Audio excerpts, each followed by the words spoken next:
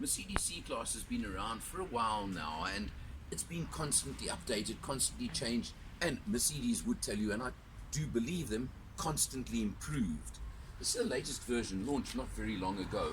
You can see it's got the diamond effect grille, which has come in on Mercedes now on a lot of the models. Looks very interesting. Beautiful daytime running lights over here. And just overall, you can see very, very neat lines, of course, on a C-Class. It's a Class C car, definitely in all respects. Maybe Mercedes it may be, but let me tell you, there's a lot of features that don't make this a baby at all. You come around to a boot of just over 300 litres in standard form. You can lift the board and note, of course, the fact no spare wheel, as has become the norm these days.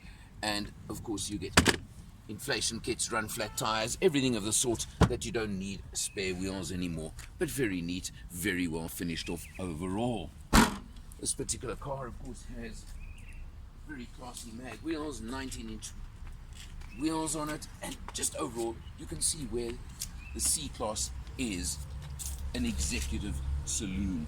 Compact, maybe, not small anymore. This particular one is the C200. But now, as in the modern trend, that does not mean a 2-litre engine like it used to in the old days. And in fact, the C200 is powered by a 1.5-litre 4-cylinder petrol turbo engine.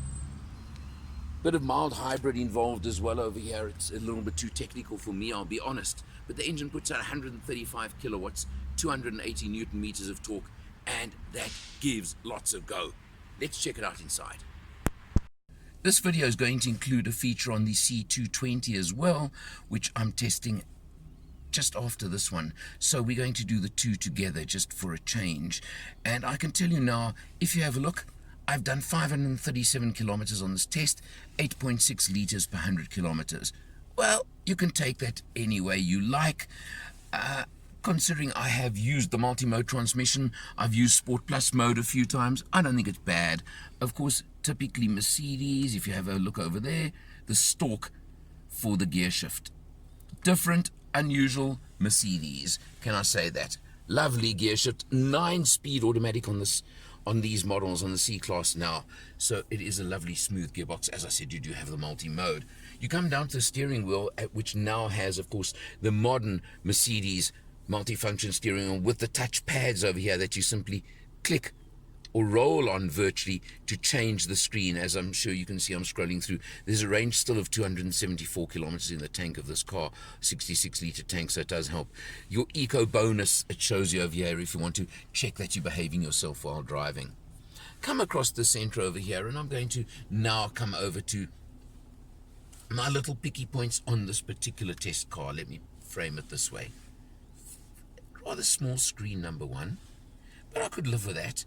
But what I'm not over happy with is, you'll see you simply turn the knob over here to go through the different features, and it works very nicely. It's all very easy, of course, except when I got to navigation on this car, and I press the navigation button, and it tells me I have to install compatible software.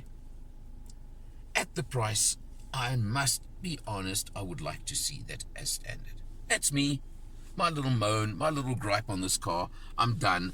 Let's go down the center of the dash now, and you'll see the typical Mercedes round ventilation, and you do have a menu button over there as well. Can give you climate control overview. It gives you everything you want over here, and you can move through as well.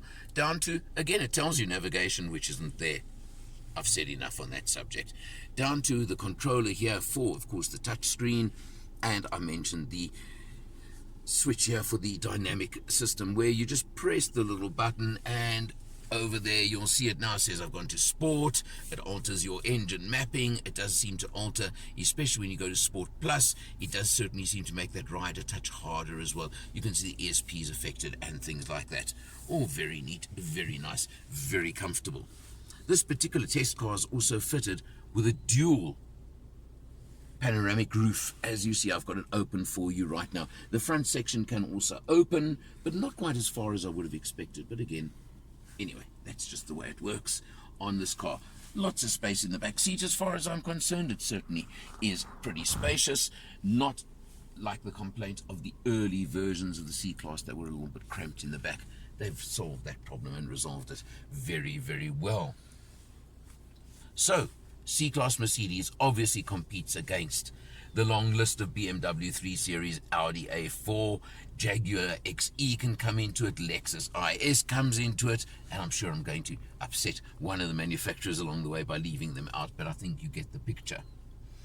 At a base price for this model of 640,000 Rand for the C200, I go back to my little gripe of no navigation. And I left out no reverse camera either. Two items that I really would like to see on this car as standard. Not that you have to add them as extras or anything of that sort. I believe they should be included in the price. You do get the Mercedes 6-year, 100,000 kilometer maintenance plan, and it's a full maintenance plan thrown in. So that, of course, is very, very important. Overall, you're looking for your compact executive sedan. You know you can't ignore this one when you're having your choice. There's a saying, same but different. Well, we swapped the C200 for a C220d, which is of course the diesel version, 143 kilowatts now, 400 newton meters of torque. Same body, same shape, as you can see. One of the extras on this particular car that I really missed on the C200 is of course keyless entry and keyless go, which I think are very, very important. Let's have a look inside at the differences on the inside of this particular car. Of course, the other crucial difference between the petrol and diesel versions is we've done 367 kilometers in this car at 6.9 liters per 100. Certainly far more fuel efficient than a petrol version, but we know that, and that's no surprise. Other than that, there are certain other differences on this car, and what this is an exercise in what I would term box ticking, because this will show you exactly what the differences are when you tick various boxes. In front of me, as the driver, it's all exactly the same, but when you come to the center console over here, to the center stack, you will see the much larger screen, and I mean much larger, which of course this time does have navigation. Although here's my little complaint. I found it extremely difficult to actually program the navigation on this car, but it does have it, and that is an important factor. You come down over here and you've got the same controller, but you've got this extra pad over here which operates in different ways, and you can see how it changes everything you do over there as well, which is very, very useful. Then one other very, very important feature that this car has that the other one didn't have is put her in reverse, and we have my reverse camera that I missed on the other one. You can see the normal reverse camera and of course the overhead 360 view as well. Now this to me on most cars today is crucial, especially when you're looking at a car at this level.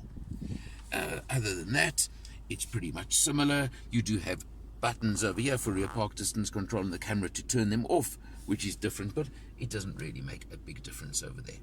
So the question is, petrol or diesel? That's a choice you want. Remembering the petrol is a mild hybrid, this is a diesel. You can see the difference in fuel economy. Price-wise, this one base price 684, the petrol is 640. So not a massive difference, but as I said, it's all about the box ticking. Which boxes do you tick? Which ones do you think are crucial? Which ones can you live without? Which ones do you not want to live without? Only you can make those choices.